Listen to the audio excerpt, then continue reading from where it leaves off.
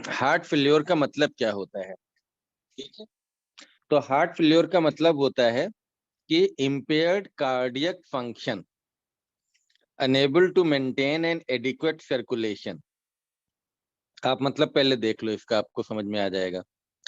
Heart fail को जब हम लोग इंग्लिश में बोलते हैं तो इसका कई बार लोग ये मतलब समझते हैं कि हार्ट फेल हो गया मतलब मरीज की डेथ हो गई। ठीक है, लेकिन अगर हम लोग मेडिकल साइंस में हार्ट फेल्योर की बात करते हैं, एज ए डॉक्टर बात करते हैं, तो इसका मतलब है कि हार्ट हमारा फेल हो गया है ब्लड को पंप करने में, उतनी ताकत से पंप नहीं कर पा रहा है।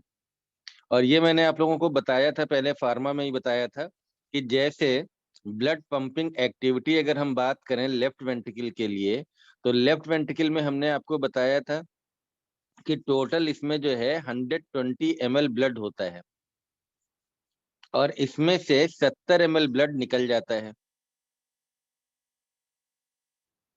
और बचता कितना है, 50 ml इसमें से बच जाएगा। 120 ml जो ब्लड होता है इसको हम लोग बोलते हैं एंड डायस्टोलिक वॉल्यूम। ये हम लोग सब पहले पढ़ चुके हैं। यानी कि डायस्टोल मतलब फिलिंग। तो हार्ट में जो टोटल ब्लड एक चैम्बर में आता है वो 120 ml आता है और जब ये इजेक्ट होता है तो 70 ml एक बीट में निकल जाता है। तो ये 70 ml हमारा क्या है, ये है, इसको हम लोग बोल सकते हैं कार्डियक आउटपुट। और कार्डियक आउटपुट कैसे बोलेंगे आप, 70 ml पर बीट। तो एक बीट में हमारा 70 ml ब्लड इजेक्ट हो जाता है।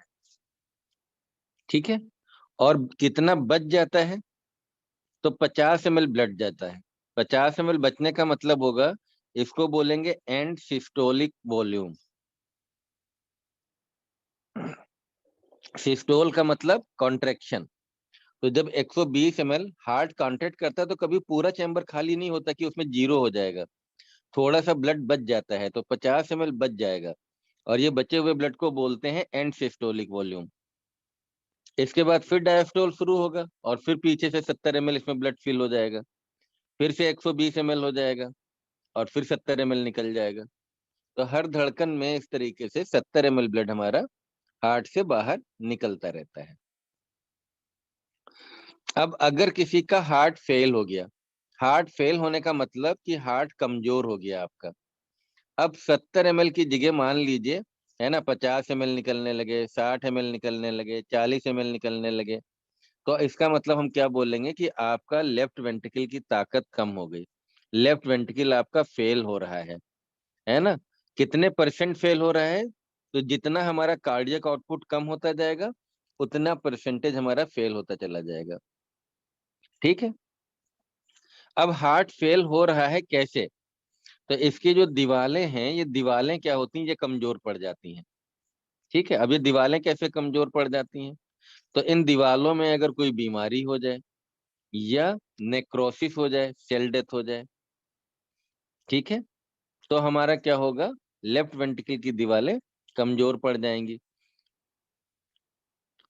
अच्छा, अब आप यहाँ पे एक बात ये भी अच्छे से समझ लो कि हार्ट फेल को हम लोग दो तरीके से पढ़ते हैं, है ना, एक एलवीएफ और दूसरा आरवीएफ। एलवीएफ का मतलब क्या है, लेफ्ट वेंट्रिकल फेल होना। इसका मतलब लेफ्ट वेंट्रिकल की दीवारें आपकी कमजोर हो गई। राइट वेंट्रिकल फेल्योर, आरवीएफ का मतलब हमारा ये राइट वेंट्रिकल, इसकी दीवारें कमजोर हो जाना। ठीक है, अल्टीमेटली मजेदार बात क्या है कि अगर लेफ्ट वेंट्रिकल हमारा फेल होता है तो इसकी वजह से राइट वेंट्रिकल फेल हो जाएगा, और अगर राइट वेंट्रिकल फेल होता है तो इसकी वजह से लेफ्ट वेंट्रिकल फेल हो जाएगा। ठीक है, घर में अगर एक को किसी को प्रॉब्लम हुई मान लीजिए, है ना, फादर को अगर प्रॉब्लम हुई, मदर को प्रॉब्लम हुई, तो सारे लोग अफेक्टेड होते हैं। तो हमारे ऑर्गन इसी तरीके से हैं, अगर एक चैम्बर अफेक्टेड हुआ तो अल्टीमेटली पूरा हार्ट अफेक्टेड होगा। तो लेफ्ट वेंट्रिकल अगर फेल होता है तो अल्टीमेटली उसकी वजह से राइट वेंट्रिकल भी फेल हो जाएगा। और राइट वेंट्रिकल फेल होता है तो उसकी वजह से धीमे धीमे लेफ्ट वेंट्रिकल फेल हो जाएगा। ठीक है, तो यहां तक सबको समझ में आ गया।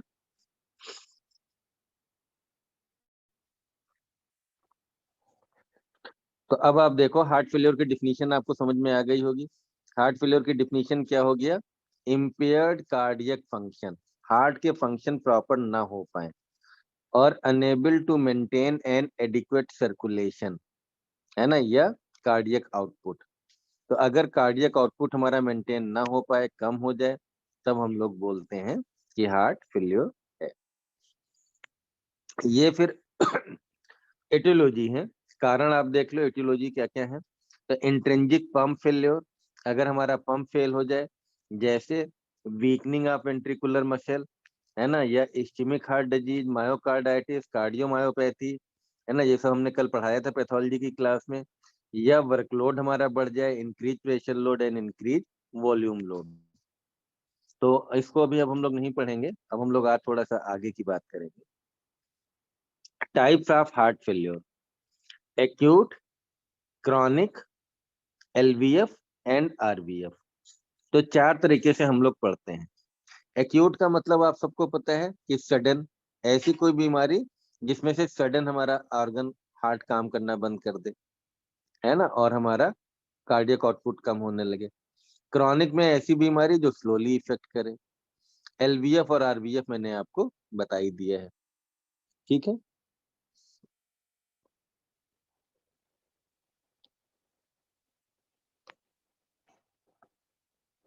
तो मेनली हम लोग आज पढ़ने वाले हैं एलवीएफ और आरवीएफ के बारे में, राइट।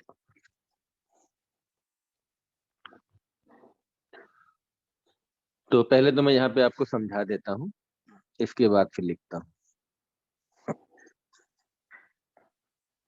ये हम लोग बहुत दिनों से कार्डियोवास्कुलर सिस्टम पढ़ रहे हैं, सब लोग पहचान रहे हैं ये क्या है। ये है हमारा राइट एट्रियम, ये है हमारा राइट वेंट्रिकल, ये है हमारा लेफ्ट वेंट्रिकल। तो पहले हम लोग एलवीएफ की बात जरा कर रहे हैं। पहले आप लोग समझ लो, फिर मैं आपको लिखवा दूंगा। अच्छा, अब आप ये तो आप सब लोगों को पता है ना कि ब्लड का सर्कुलेशन कैसे होता है। राइट वेंट्रिकल से पल्मोनरी ट्रंक निकलता है, पल्मोनरी आर्टरी निकलती हैं, और ये आपकी क्या चली जाती हैं, फेफड़े में चली जाती हैं। ये भी हम बहुत बार बता चुके हैं आप लोगों को।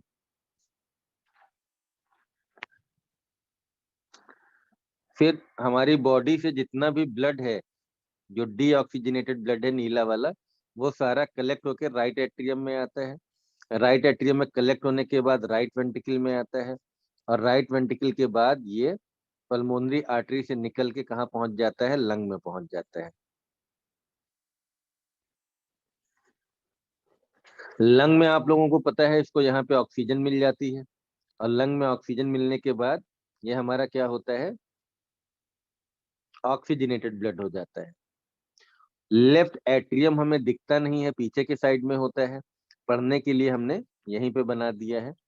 और ये लंग से फिर हमारा सारा ब्लड कलेक्ट होके लेफ्ट एट्रियम में आता है, लेफ्ट एट्रियम से लेफ्ट वेंट्रिकल में आता है, और लेफ्ट वेंट्रिकल से सारा जो है ब्लड निकल के हमारा पूरी बॉडी में एओर्टा के थ्रू डिस्ट्रीब्यूट हो जाता है। तो ये आप लोग सर्कुलेशन ब्लड का जरूर पढ़ लें, है ना। कई सारे टीचर आपको ये चार डिब्बे इस तरीके से नीट में मिलके पढ़ाते थे, तो आप चाहे चार डिब्बों से पढ़ लीजिए, और या ये चार चैम्बर जो मैंने बनाए हैं, ये एनाटॉमी का हार्ट है जो वास्तव में हमारा इसी टाइप से दिखता है। फ्रंट से तीन चैम्बर दिखते हैं। राइट एट्रियम ऐसे होता है सामने, right ventricle and left ventricle, और इन तीनों चैम्बर के पीछे के साइड में लेफ्ट एट्रियम होता है। ठीक है, तो ये इसलिए मैं यही वाला डायग्राम यूज करता हूँ, और ये आपके दिमाग में बिल्कुल अच्छे से होना चाहिए। अब अगर हमारा लेफ्ट वेंट्रिकल फेल होता है तो हम लोग देखें कि क्या क्या दिक्कतें आएंगी।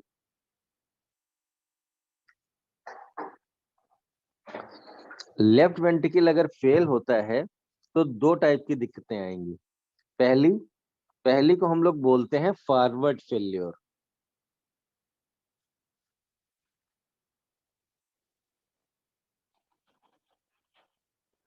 फॉरवर्ड फेल्योर का मतलब क्या है? लेफ्ट वेंट्रिकल से ब्लड फॉरवर्ड हो रहा है आगे एओर्टा में, ठीक है, एओर्टा में जा रहा है, ये तो आपको पता ही है। अब अगर लेफ्ट वेंट्रिकल आपका फेल हो गया, ठीक है, तो यहाँ पे 70 ml ब्लड निकलना चाहिए था, लेकिन अब 70 ml नहीं निकलेगा, ये क्या हो जाएगा, कम हो जाएगा। अब अगर कम हो जाएगा तो इसकी वजह से क्या होने लगेंगी, दिक्कतें होने लगेंगी। तो फॉरवर्ड फेल्योर में क्या हुआ, आपका कार्डियक आउटपुट कम हो गया।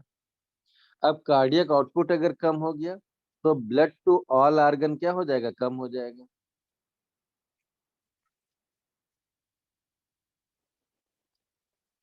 ठीक है, जिसकी वजह से क्या होगा, किडनी में, ब्रेन में, स्केलेटल मसल में और बाकी सब जगह पे दिक्कतें होने लगेंगी। तो ये समझ में आया सबको, फॉरवर्ड फेल्योर। अब एक होता है बैकवर्ड फेल्योर। बैकवर्ड फेल्योर का मतलब क्या है, बैकवर्ड फेल्योर का मतलब है कि जब लेफ्ट वेंट्रिकल फेल हुआ हमारा, तो ये आगे की साइड में ब्लड हमारा पंप नहीं कर पाएगा। अब अगर नहीं पंप कर पाएगा तो पीछे के साइड में जो ब्लड वो आगे नहीं बढ़ पाएगा। तो जैसे बारिश में हमने आपको बताया है ना, कोई भी पानी ऐसे करके फ्लो हो रहा है, लेकिन आगे अगर हमारा निकल ना पाए या कम निकल जाए, पतला हो जाए रास्ता अचानक से, तो पीछे क्या होगा, सारा फिल होने लगेगा। तो यही हार्ट में होता है, इसको बैकवर्ड फेल्योर बोलते हैं। तो बैकवर्ड में क्या होगा, जब लेफ्ट वेंट्रिकल आगे नहीं निकाल पाएगा तो पीछे लेफ्ट एंट्रिकल में, लेफ्ट एट्रियम में प्रेशर बढ़ जाएगा और इसकी वजह से लंग में प्रेशर बढ़ जाएगा, तो लंग में प्रॉब्लम शुरू हो जाएगी। तो फिर से समझ लो आप, लेफ्ट वेंट्रिकल अगर फेल होता है तो दो टाइप के सिम्टम्स आएंगे। एक तो फॉरवर्ड फेल्योर। फॉरवर्ड फेल्योर का मतलब समझ में आया, कि आगे के साइड में जो एओर्टा में ब्लड जा रहा है, इसकी कम होने की वजह से क्या क्या दिक्कतें होंगी, ये फॉरवर्ड फेल्योर हो गया। और दूसरा बैकवर्ड फेल्योर। बैकवर्ड फेल्योर का मतलब कि ब्लड आगे नहीं पंप हो पा रहा है, तो पीछे की साइड में भरता चला जाएगा, तो फेफड़े में ब्लड हमारा प्रेशर बढ़ जाएगा और इसकी वजह से फेफड़े में दिक्कत आने लगेंगी। इसको बोलते हैं बैकवर्ड फेल्योर। अब मैं लिख देता हूं आपके लिए, तो आपको थोड़ा समझ में आएगा।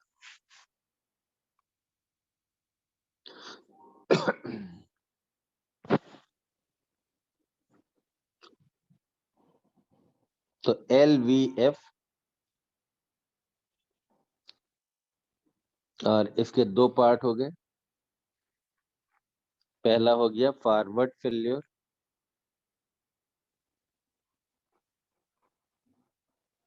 और दूसरा हो गया बैकवर्ड फेल्योर।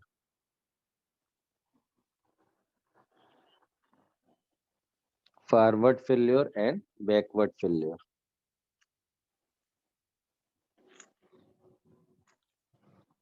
अब फॉरवर्ड फेल्योर में क्या क्या होगा, तो कार्डियक आउटपुट क्या हो जाएगा, कम हो जाएगा।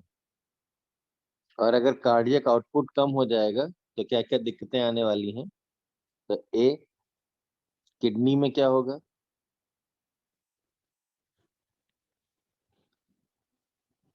किडनी में अगर ब्लड कम होने लगेगा तो क्या होता है, ट्यूबुलर नेक्रोसिस स्टार्ट हो जाती है। ठीक है, तो इस्चेमिक एक्यूट ट्यूबुलर नेक्रोसिस। तो किडनी के जो नेफ्रॉन है, जो ट्यूब्यूल्स हैं, है ना, उनकी सेल डेथ होने लगेगी, क्योंकि कार्डियक आउटपुट कम हो गया है ना, ब्लड कम मिल रहा है, तो इसकी वजह से प्रॉब्लम्स स्टार्ट हो जाएंगी। इसी तरीके से ब्रेन में,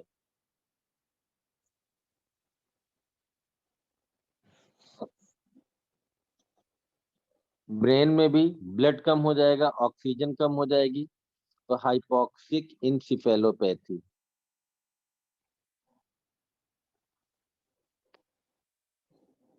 और इसकी वजह से डिजीनेस, चक्कर आने लगेंगे, क्योंकि ब्लड कम हो गया ब्रेन में तो चक्कर आने लगेंगे।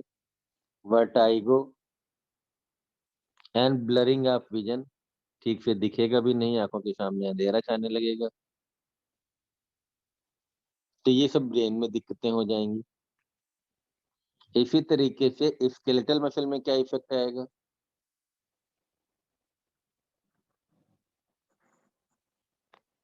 तो स्केलेटल मसल हमारी वीक हो जाएंगी, मस्कुलर वीकनेस एंड फैटीग। पैरों में क्या फर्क आएगा? लिम्स में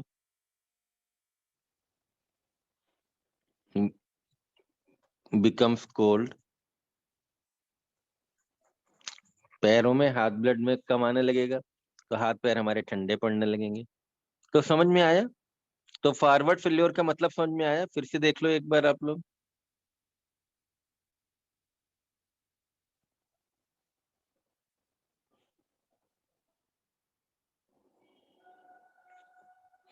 ये हमारा लेफ्ट वेंट्रिकल था, ये हमारा क्या है? लेफ्ट वेंट्रिकल है। फॉरवर्ड फेल्योर का मतलब कि लेफ्ट वेंट्रिकल से जो हमारा ये 70 ml ब्लड निकल रहा था एओर्टा में, इस पे जो प्रभाव पड़ेगा पूरी बॉडी में। अब इस एओर्टा से ही पूरी बॉडी में ब्लड सप्लाई होती है, तो पूरी बॉडी में क्या होगा कि सबको ब्लड कम मिलेगा। ठीक है, हर ऑर्गन को ब्लड कम मिलेगा, और हर ऑर्गन को ब्लड कम मिलेगा, तो इसकी वजह से आपको क्या क्या दिक्कतें आएंगी? किडनी में, किडनी के जो ट्यूब्यूल्स हैं नेफ्रॉन के, उनमें सेल डेथ स्टार्ट हो जाएगी। ब्रेन में हाइपोक्सिक इंसिफेलोपैथी, चक्कर आने लगेंगे, है ना, वर्टाइगो एंड विजन में गड़बड़ हो जाएगी। अब मसल्स को भी कम ब्लड मिलेगा, तो मसल में थकान लगने लगेगी, fatigue and muscular weakness, right. और हाथ पैर में भी ब्लड कम हो जाएंगे, तो बिकम्स कोल्ड। तो ये हमारा क्या कहलाएगा? Forward failure. अब आप देखो बैकवर्ड फेल्योर, इसमें क्या क्या दिक्कतें आएंगी?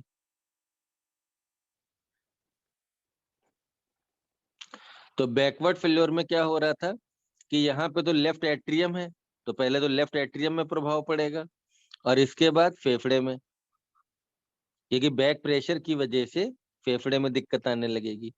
तो पल्मोनरी जो है यहाँ पे, है ना, क्योंकि प्रेशर की वजह से फिल्ट्रेशन हो जाएगा और ईडिमा हो जाएगा, जिसको हम लोग क्या बोलेंगे? Pulmonary congestion and oedema.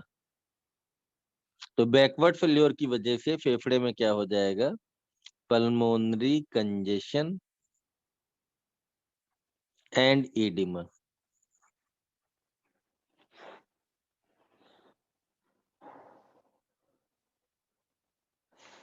ठीक है। अब pulmonary congestion and oedema. Oedema आपको पता है क्या होता है? जैसे ये ब्लड वेसल है और इसके आसपास सेल्स हैं, ये हमने ईडिमा आपको पहले भी शायद बताया है, याद आ रहा है मुझे।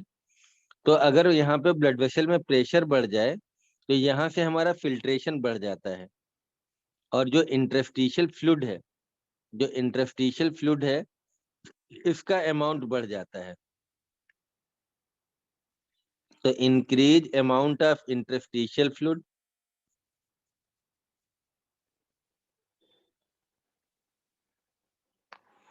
इसी को हम लोग ईडिमा बोलते हैं। इसी की वजह से वहां पे सूजन आ जाती है, तो बैक प्रेशर की वजह से ईडिमा हो जाएगा। और इसी को कंजेशन भी बोलते हैं, है ना, जब हमारा वेन में प्रेशर बढ़ जाता है ना, इसको क्या बोलते हैं? कंजेशन। अब अगर जो है फेफड़े की नसों के आसपास अगर ये जो टिश्यू है, अगर इसमें ईडिमा हो जाए, तो इसकी वजह से ऑक्सीजन एक्सचेंज में डिफिकल्टी स्टार्ट हो जाएगी।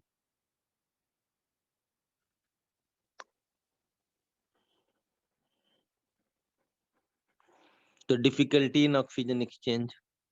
अब इसकी वजह से क्या दिक्कत होगी? तो अगर ऑक्सीजन एक्सचेंज नहीं हो पाएगी, तो मरीज को सांस में कमी महसूस होने लगेगी, और वो जल्दी जल्दी सांस लेने लगेगा। तो यहाँ पे क्या दिक्कत आएगी, मैं लिख दे रहा हूँ, जल्दी से आप लोग देखो। सबसे पहले डिस्निया। डिस्निया का सीधा सीधा मतलब होता है डिफिकल्टी इन ब्रीदिंग।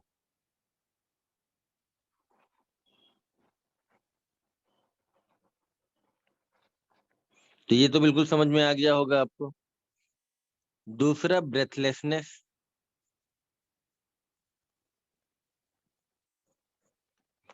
और तीसरा, कई बार प्रेशर की वजह से फेफड़े की नसें ये फट जाती हैं, और अगर ये नसें फट जाएंगी तो वो जो ब्लड है वो खांसी के साथ आने लगता है, जिसको हम लोग बोलते हैं हीमोप्टिसिस।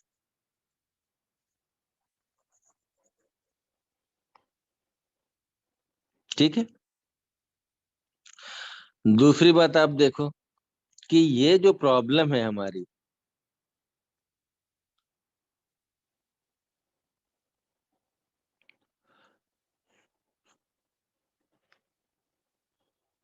सेम प्रॉब्लम एस्थमा के मरीज में होती है।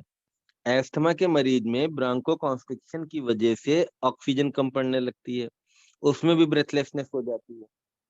ठीक है, और यहाँ भी ब्रेथलेसनेस हो रही है। लेकिन यहाँ पे फेफड़े में दिक्कत नहीं है। फेफड़े में दिक्कत क्यों हुई? हार्ट की वजह से हुई, क्योंकि हमारा लेफ्ट वेंट्रिकल फेल हुआ है। अगर लेफ्ट वेंट्रिकल हम सही कर दें तो फेफड़ा हमारा सही हो जाएगा। इसीलिए इसको हम लोग बोलते हैं called as, so acute LVF, also called as cardiac asthma.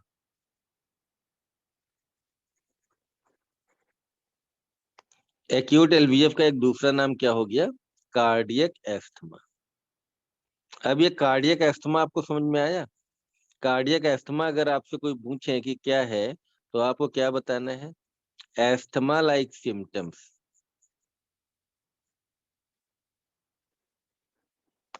Due to acute LVF.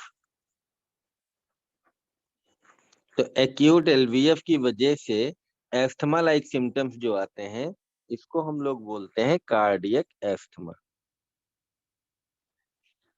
तो आई थिंक कि अब आपको एलवीएफ बहुत अच्छे से समझ में आ गया होगा।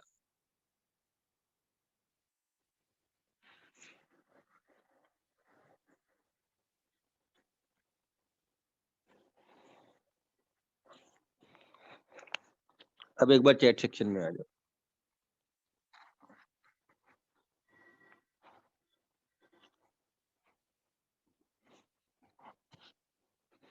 यस। अब आप लोग बताओ, एलवीएफ सबको बहुत अच्छे से समझ में आया? एलवीएफ मैंने जो बताया। भाई कुछ लोग तो यस लिखते रहते हैं, है ना, ये लोग परमानेंट वाले हैं। शिफा, रिया, जस्मीन, अनु, दीपिका, भानु, मुबाशिरा, ये सब लोग तो अक्सर सब पढ़ते भी रहते हैं, यस लिखते भी रहते हैं, समझते भी रहते हैं। पर बाकी बच्चों को समझ में आ रहा है कि नहीं?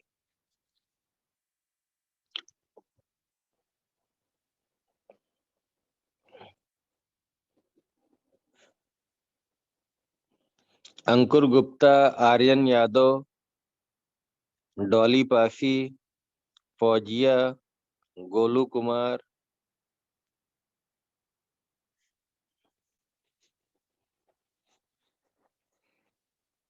यार गोलू तुम्हारा नाम बड़ा बढ़िया है, गोलू। हाँ। आजकल तो बच्चे गोलू गोलू होते हैं।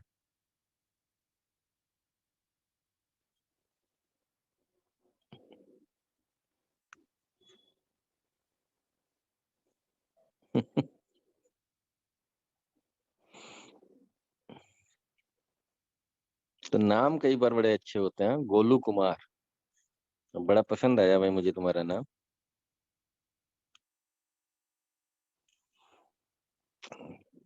रमेश त्रिपाठी, आजकल तुम कहाँ पे हो भाई? साइलेंट मोड में हो, पढ़ नहीं रहे क्या? कभी खूब पढ़ते हो। सोनिका तिवारी, समझ में आ रहा है भाई? तुम्हारी तो शायद पहली दूसरी क्लास ही होगी।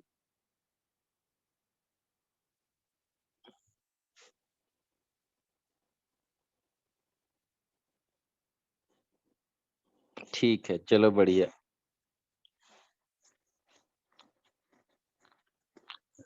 रिकॉर्डेड लेक्चर भी आपको मिल जाएंगे, जिन लोगों को वो है ना, वो लोग बता देंगे, तो मैं लिंक भेज दूंगा। अभी क्लास के बाद आप लोग वो कर लेना, व्हाट्सएप कर देना तो लिंक भेज देंगे।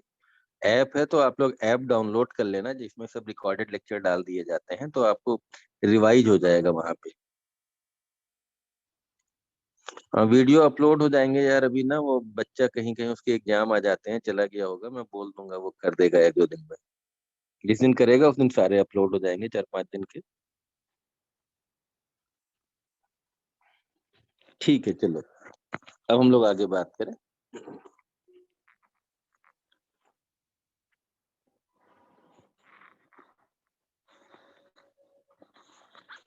तो कार्डियक अस्थमा भी आप लोगों को समझ में आ गया है ना। तो ये बात हो गई एलवीएफ की।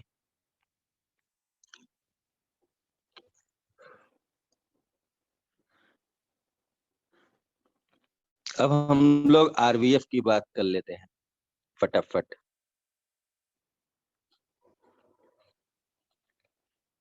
तो आरवीएफ में भी वही टाइप काम होगा, forward failure and backward failure.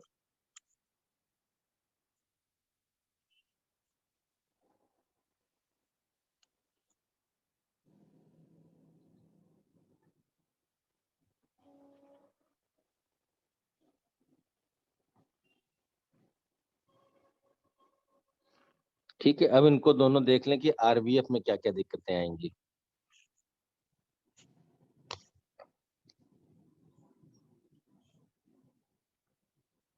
ये आपका हार्ट,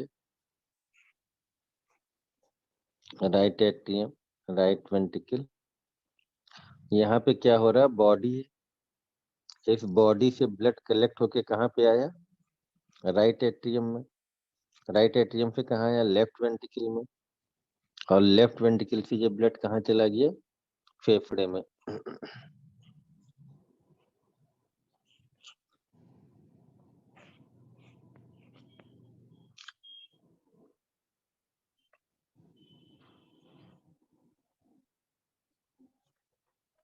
तो अब आप देखो, अब अगर आपका राइट वेंट्रिकल फेल हो रहा है, ये राइट वेंट्रिकल आपका फेल हो रहा है, तो राइट वेंट्रिकल में फॉरवर्ड फेल्योर यानी कि आउटपुट कम हो गया, कार्डियक आउटपुट।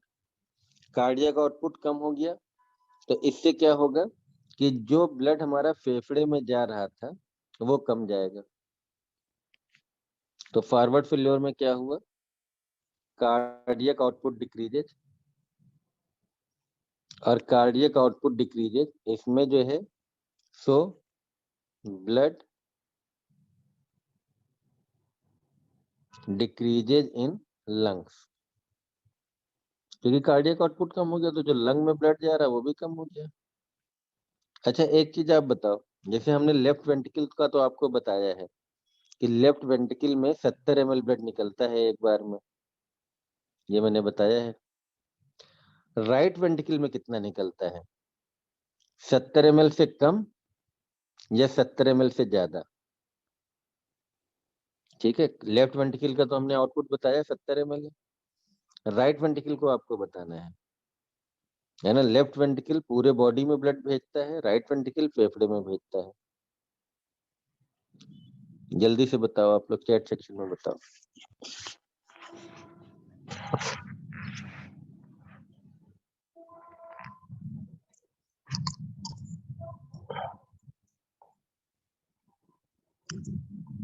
सबका कहना है 1000 में मेरी एक बहना है।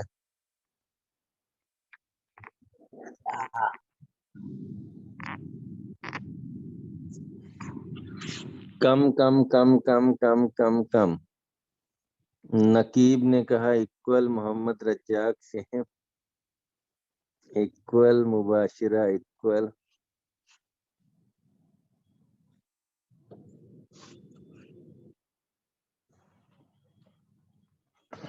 तो भैया इक्वल निकलता है, इक्वल।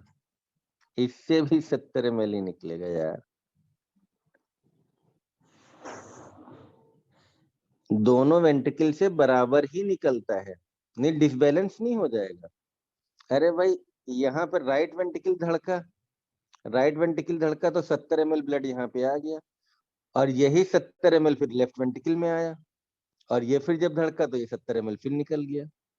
अगर हर बार यहाँ कम आता जाता, लेफ्ट वेंट्रिकल से अगर कम निकलता राइट वेंट्रिकल से, तो बाद में ब्लड की कमी ना हो जाती, हर धड़कन में कम कम कम कम कम। तो दोनों धड़कने बराबर है भैया, चाहे राइट वेंट्रिकल से अगर निकलेगा तब भी 70 ml निकलेगा, और लेफ्ट, तभी तो यार गणित सही चलेगी, नहीं तो गणित ही फेल हो जाएगी। ठीक है, चलो। अब फॉरवर्ड फेल्योर का मतलब क्या हुआ? फॉरवर्ड फेल्योर का मतलब ये हुआ कि ये जो ब्लड हमारा फेफड़े में जा रहा था ये कम जा पाएगा। अब अगर फेफड़े में ब्लड हमारा कम जाएगा तो यहाँ पे ऑक्सीजनेशन भी कम होगा, और लेफ्ट एट्रियम को कम ब्लड मिलेगा, और लेफ्ट एट्रियम को कम ब्लड मिलेगा तो लेफ्ट वेंट्रिकल को कम ब्लड मिलेगा। तो यहाँ भी हमारा अल्टीमेटली लेफ्ट वेंट्रिकल में भी कार्डियक आउटपुट कम होने लगेगा। तो ऑक्सीजनेटेड ब्लड की क्या हो जाएगी? डिफिशियंसी हो जाएगी। ऑक्सीजनेटेड ब्लड की क्या हो जाएगी? डिफिशियंसी हो जाएगी।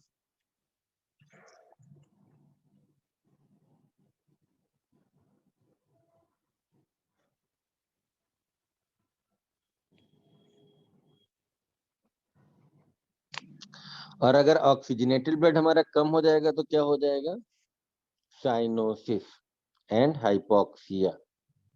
ऑक्सीजन कम पड़ने लगेगी और शरीर नीला पड़ने लगेगा। तो आरवीएफ में क्या दिक्कत आई? पहली कि ऑक्सीजनेटेड ब्लड कम पड़ने लगेगा, क्योंकि लंग में ऑक्सीजन के लिए कम ब्लड पहुंच रहा है, फॉरवर्ड फेल्योर हो रहा है ना, और इसकी वजह से शरीर नीला पड़ने लगेगा। अब बैकवर्ड फेल्योर पे आ जाओ। बैकवर्ड में क्या होगा? बैकवर्ड में, क्योंकि राइट वेंट्रिकल में ब्लड कहाँ से आ रहा था? तो राइट वेंट्रिकल में ब्लड आ रहा है राइट एट्रियम में, और राइट एट्रियम में ब्लड कहाँ से आ रहा है? बॉडी से। अब अगर आगे राइट वेंट्रिकल से नहीं निकल पा रहा है, राइट वेंट्रिकल फेल्योर हुआ है, तो बैक प्रेशर की वजह से राइट एट्रियम में ब्लड भर जाएगा। अब बॉडी का ब्लड जो कलेक्ट होके इकट्ठा हो जा रहा था वो आगे निकल ही नहीं पा रहा, तो बॉडी का ब्लड नहीं आ पाएगा। अब अगर बॉडी का ब्लड हमारा नहीं आ पाएगा तो पूरी बॉडी में क्या हो जाएगा? कंजेशन हो जाएगा। ठीक है, तो समझ में आया? हर ऑर्गन हमारा, क्योंकि अभी क्या हो रहा था, लीवर से, किडनी से, हेड एंड नेक, ब्रेन, पैरों से, हाथों से, सब ब्लड कलेक्ट होके अल्टीमेटली कहाँ पहुंच रहा था? राइट एट्रियम में।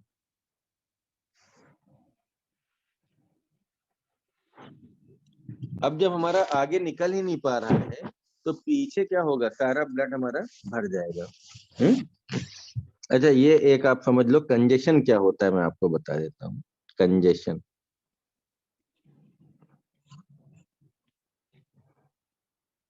देखो कोई भी ये ऑर्गन है हमारा, कंजेशन वर्ड आप लोग समझ लो, ये ऑर्गन है। हर ऑर्गन की एक ही कहानी है। इसको ब्लड हमारी सप्लाई कौन करता है? आर्टरी। और इसके बाद इससे जो ब्लड निकलता है वो कौन होता है? वेन। ठीक है, तो हर ब्लड, हर में यही कहानी है, इधर से ऑक्सीजन वाला ब्लड जाता है और इसके बाद ये सब यूज हो जाता है, और यूज होने के बाद डीऑक्सीजनेटेड ब्लड इकट्ठा होके वेन के थ्रू बाहर निकल जाता है। ठीक है, अगर यहाँ पे हमारा कुछ ऑब्स्ट्रक्शन हो जाए वेन में,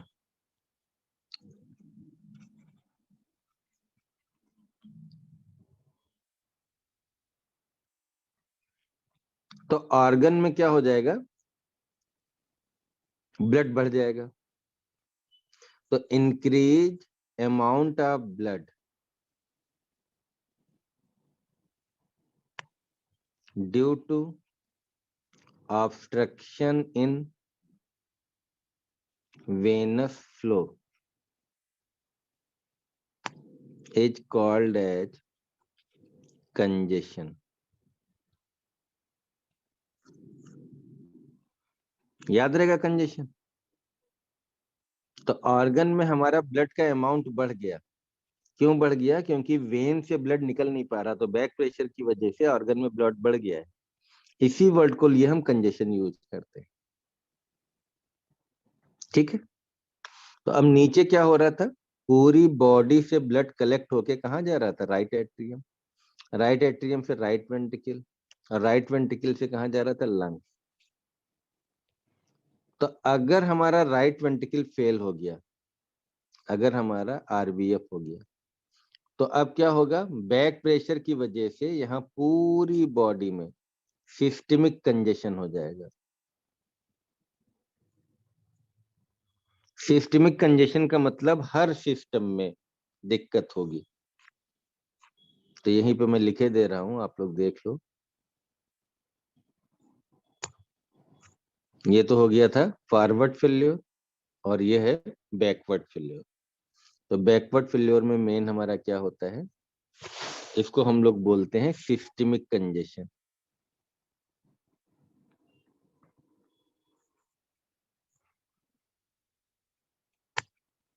और सिस्टमिक कंजेशन में क्या क्या चीजें आएंगी? तो ए, कंजेशन इन लीवर, क्योंकि लीवर का ब्लड आगे नहीं बढ़ पाएगा। B, congestion in spleen.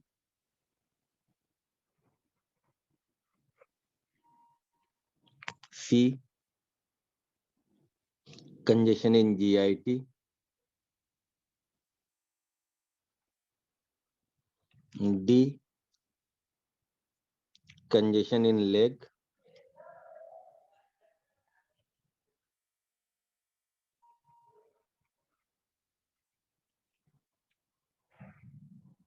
And neck when.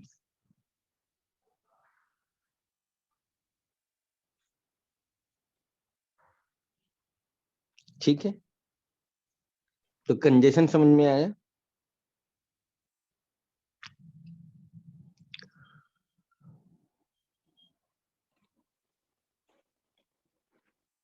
अब अगर लीवर में कंजेशन हो गया, तो यहाँ पे क्या हो जाएगा? हिपैटोमेगैली।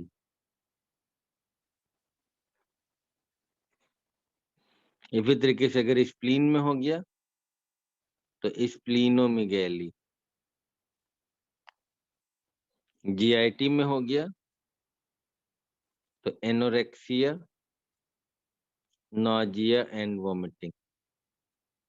एनोरेक्सिया का मतलब भूख कब लगना। और अगर congestion in leg and neck veins हो गया, तो वेरिकोस वेन। कल हमने बताया था वेरिकोस वेन क्या होती है। ठीक है, तो ये समझ में आया? तो फिर से देख लो। राइट वेंट्रिकल अगर फेल होगा, तो हमारी पूरी बॉडी में क्या हो रहा है? कंजेशन हो रहा है, क्योंकि सारा जो ब्लड हमारा कलेक्ट होके लीवर से पहुंचना चाहिए था आगे, वो अब नहीं पहुंच पाएगा। तो कंजेशन हो जाएगा लीवर में, हिपैटोमेगैली हो जाएगी। एलवीएफ में ये दिक्कत नहीं थी, एलवीएफ में एक ही ऑर्गन अफेक्टेड हो रहा था, वो फेफड़ा था। आरवीएफ में पूरी बॉडी अफेक्टेड होगी बैक प्रेशर की वजह से। तो अब चैट सेक्शन में आ जाओ।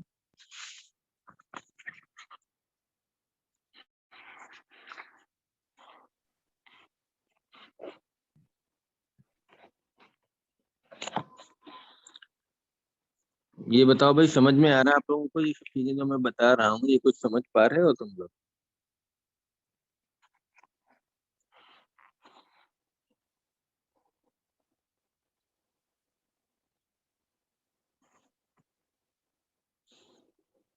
Very good. Golu Kumar, Mallika Parveen, Mohammad Razzaq, Mubashira, Rohit, Rose Alam, Harleen Kaur. बहुत बढ़िया। अच्छा देखें जल्दी से कौन बताएगा। बताओ। पल्मोनरी ईडिमा किस में मिलेगा? एलवीएफ या आरवीएफ?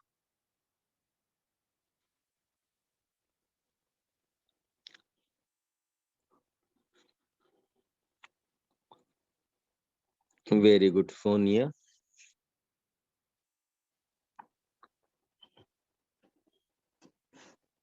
Very good. हिपैटोमेगैली किस में मिलेगा? एलवीएफ या आरवीएफ में?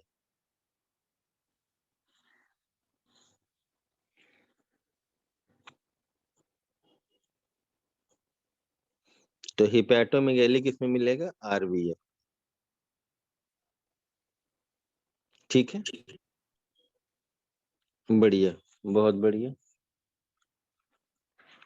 तो सबको समझ में आ गया है ना? एक बार हम लोग ये भी रिपीट कर लेते हैं, रिवाइज कर लेते हैं। एक बीट में कितने ml ब्लड निकलता है?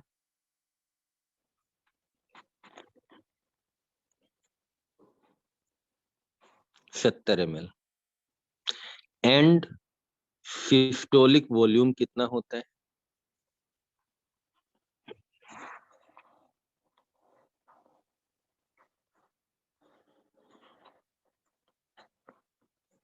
एंड सिस्टोलिक वॉल्यूम, सिस्टोल का मतलब कॉन्ट्रैक्शन, हार्ट का कॉन्ट्रैक्शन, और एंड सिस्टोलिक मतलब हार्ट के कॉन्ट्रैक्शन के बाद कितना ब्लड रह गया। तो and systolic volume is 50 ml and diastolic volume, and diastolic volume तो लगभग 120 to 130 ml। डायस्टोल का मतलब रिलैक्सेशन, तो रिलैक्सेशन के बाद यानी कि जब रिलैक्स होता है उसी समय ब्लड फिल होता है, तो कितना हो गया? 120 ml। ठीक है, बहुत बढ़िया। तो चलो कल हम लोग इसकी और सी कंपनसेटरी मैकेनिज्म पढ़ेंगे कि जब हमारा हार्ट फेल होता है तो हमारी बॉडी कैसे कंपनसेट करती है, और उसके बाद फिर हम लोग फार्माकोलॉजी पढ़ेंगे। अरे भाई, कौन गाना गाने लगा? फयाज अहमद, सुनाना है गाना तो सुनाई दो यार, ऐसी क्या बात है।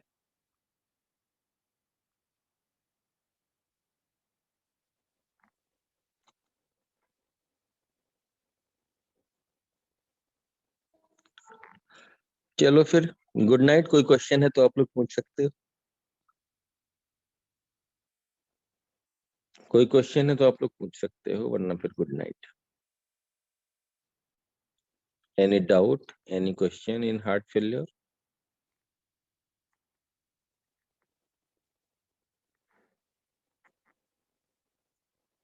No question, then good night.